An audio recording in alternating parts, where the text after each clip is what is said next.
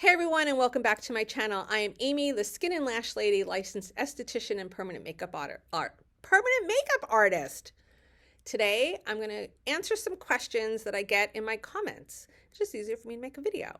So one of the comments is, Amy, I have redness around my eye area. What could it possibly be? Well, since I can't see the person, we're just going to play pretend that you came into my spa with this redness around your eyes. Now, I'm not a physician, so I cannot diagnose if it's contact dermatitis or orbital rosacea, but the first thing that I would do, just like with all my consultations, is tell me what you're using. A lot of the times when I see redness on anywhere on the face, it's most likely from the products being used. We are in this society of overexfoliation, too many retinols, too many acids, too much vitamin C. And the tissue around the skin is not the same as the face. It's sensitive. So I always ask, let's review your products. And if I see a lot of that happening around the eye area, or somebody says, well, the product I use on my face, I use on my eyes, it could be too much. So what do? We just stop using it. We do an elimination process and just stop for a week or two. And if the area comes back to normal, then we know it was the product. And if we reintroduce them and it comes back, we know it's the product. But we don't need to have a vitamin C should not be put around the eyes, or sometimes an eye serum that has a retinol and we're using it too many times can cause the redness. Now, another thing could be, are you an eye rubber? Do you have allergies? But if I see something that's very symmetrical in the eye area, most likely the suspect is the products that you're using. Now, some people have a natural redness on their eyelid. Now, some of my older videos, people would always ask me, why is my eyelid so red? And it was also because I was overdoing my eyelash growth serum. I was just like putting on a little too much, which was causing a lot of redness at my lash line that was migrating back. So a lot of the lash serums, they have peptides in them, but they are to stimulate the hair follicle. And sometimes that can cause redness. So the first thing we do is we look to see, is the cause from a product? And usually it is. But like I said, I can't see this person. It was a comment that she made. But go through and review your products. And if you're using too much of a retinol or retinoid, a vitamin C, or an AHA, usually it's just too much. The second part of her question, and this is a very common question, this is probably the most common thing I see in my consultations, is people saying, what do I do because my eyes are hollowing out? I have this hollowing out of my eye. And you could see I have it too, okay? And that's happening because in here, on top of our cheekbones, is a fat pad. It's called the molar fat pad. And we have fat pads on this in our face. And if I was younger and I was all up, I wouldn't have that hollowing out so much because my fat pad is where it's supposed to be. Now, some people have their fat pad very collapsed down. Some people have it migrating down. Everybody's at a different phase, but that's what's happening. I have seen some people's where it slips this way, some people it slips that way, and then they see actually a bump here, and that bump is actually their cheekbone. And on top of the cheekbone is the fat pad. So we're fighting gravity. We are fighting aging. We're fighting lack of collagen and elastin in our face, and it's drawing it down. And you can see I'm having aging as well in my face at 60 years old, and that fat pad slips down. I've had clients where their fat pad has slipped so much it's actually right here, and they think they need a filler here. And what's happening is that fat pad has slipped and caused this massive jowl here. So microcurrent is one of the things that I recommend to start pulling up that area. Now, depending on the degree of how much we see that shift in the fat pad would be, well, sometimes I'll say, you need to come in for professional microcurrent sessions because my Pro machine is very different than the home unit. The home unit is great for prevention and for supplementing. And yes, you can get a result. But when I see somebody that has a total collapse, I'm already going on, we need to put you on really good home care products. We're using our peptides, our stem cells. We're going to supplement your professional microcurrent with at-home microcurrent, and we're probably going to do some microneedling. That's within my scope of practice. But that's actually what's happening, is this fat pad is slipping down, and that's what's causing it. We want everything to stay put. So microcurrent is something that I tell everybody, if you start doing microcurrent facials when you're younger, and I can tell you, a lot of the celebrities that are out there, because I've worked on a few of them, they are doing microcurrent facials at a young age. They're not going for the deep pore cleansing facials. They go for microcurrent facials to preserve everything. And yes, they could enhance it with other things. But if everybody did a microcurrent facial when they started doing facials in like their 20s and 30s, they wouldn't need Botox and fillers because it's Pilates for the face. It's taking your face to the gym. And it just works different. So that's what's happening with the under eye area. Another common question that I get asked about microcurrent with acne. My younger clients that come in, I'm not an acne specialist, but I still get clients that come in with acne. I give them a traditional facial and I clean out all the debris out of their skin and I put them on really good home care. And the microcurrent, when I use my Pro machine, is really used to help heal their microcurrent first. First, we want to get anything that's broken out, all of that cleared up and under control. If you put your microcurrent over skin that's broken, it's going to be tingly and it's going to hurt. And it's not necessarily advisable. Yes, if you have a lot of breakouts, a lot of times I will tell clients to spray with my skin recovery mist and slowly go in circles over the area that has the breakout because it's going to help to heal the area. But we want to fix and get the acne under control before we're really approaching it with a full microcurrent session, because it's just going to be uncomfortable. And also, we don't want to spread any bacteria throughout the skin.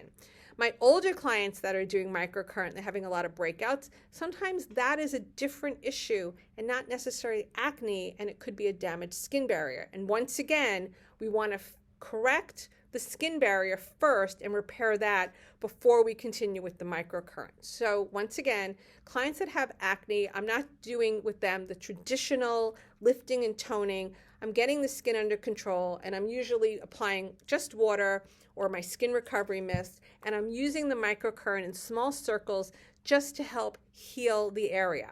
The other question I get asked is, Amy, I've had surgery on, an eye lift and facelifts. Can I run my microcurrent over my scars? Absolutely. Nothing's going to happen. It's not going to make the scar go away, but it's not going to do anything to the scar. So that's just scarring happens from skin that had trauma to it. And so you can use absolutely your microcurrent over any of the areas that you've had plastic surgery done on.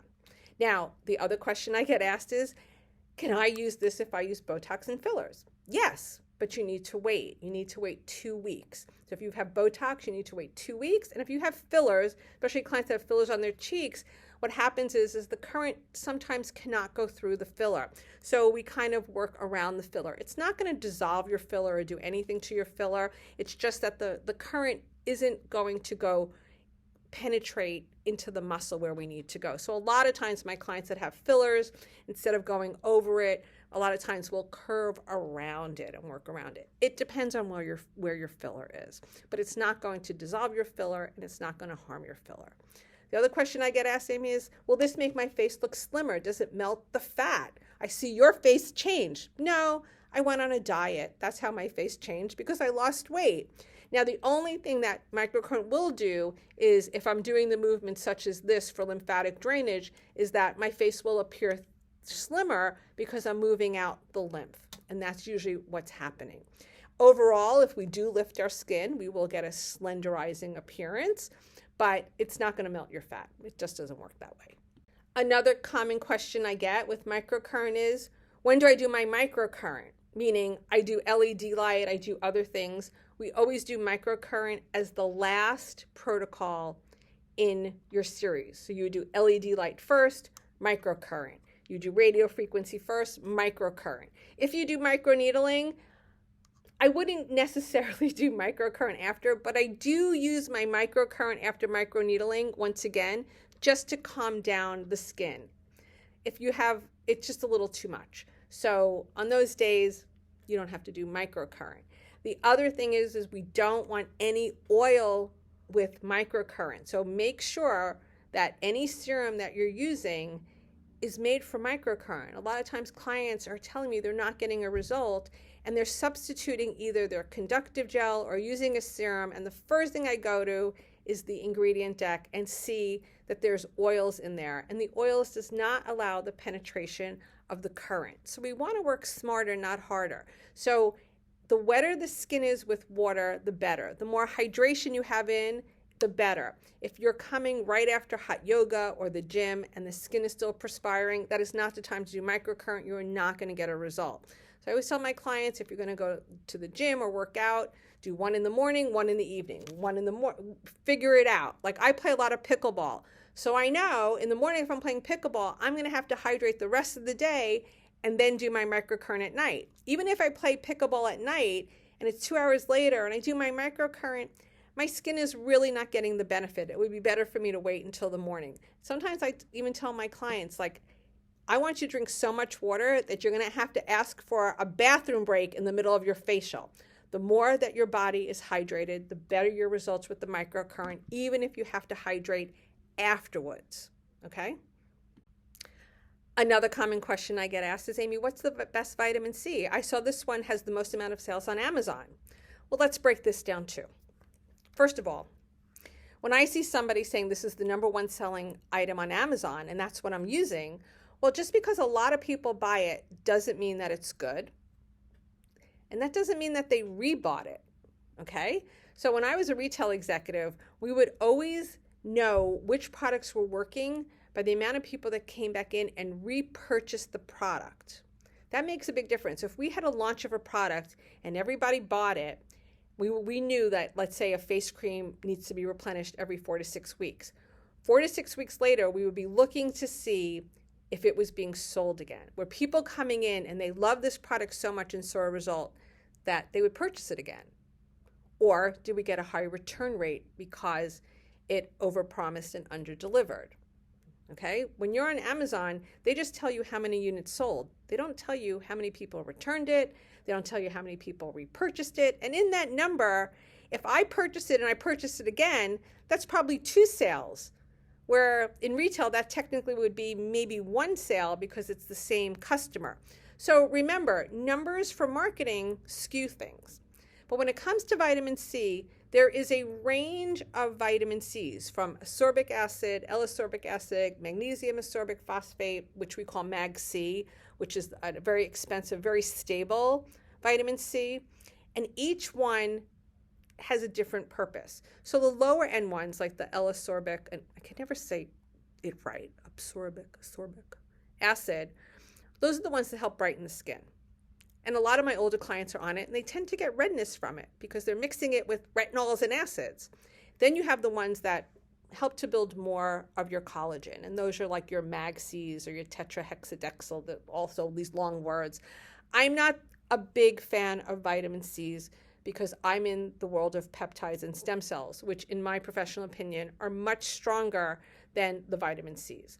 Do I use a vitamin C? Now I do, because I have sun damage. I have a lot of freckles. I live in sunny South Florida, and I want the benefits of that because vitamin C is known to help with sun damaged skin.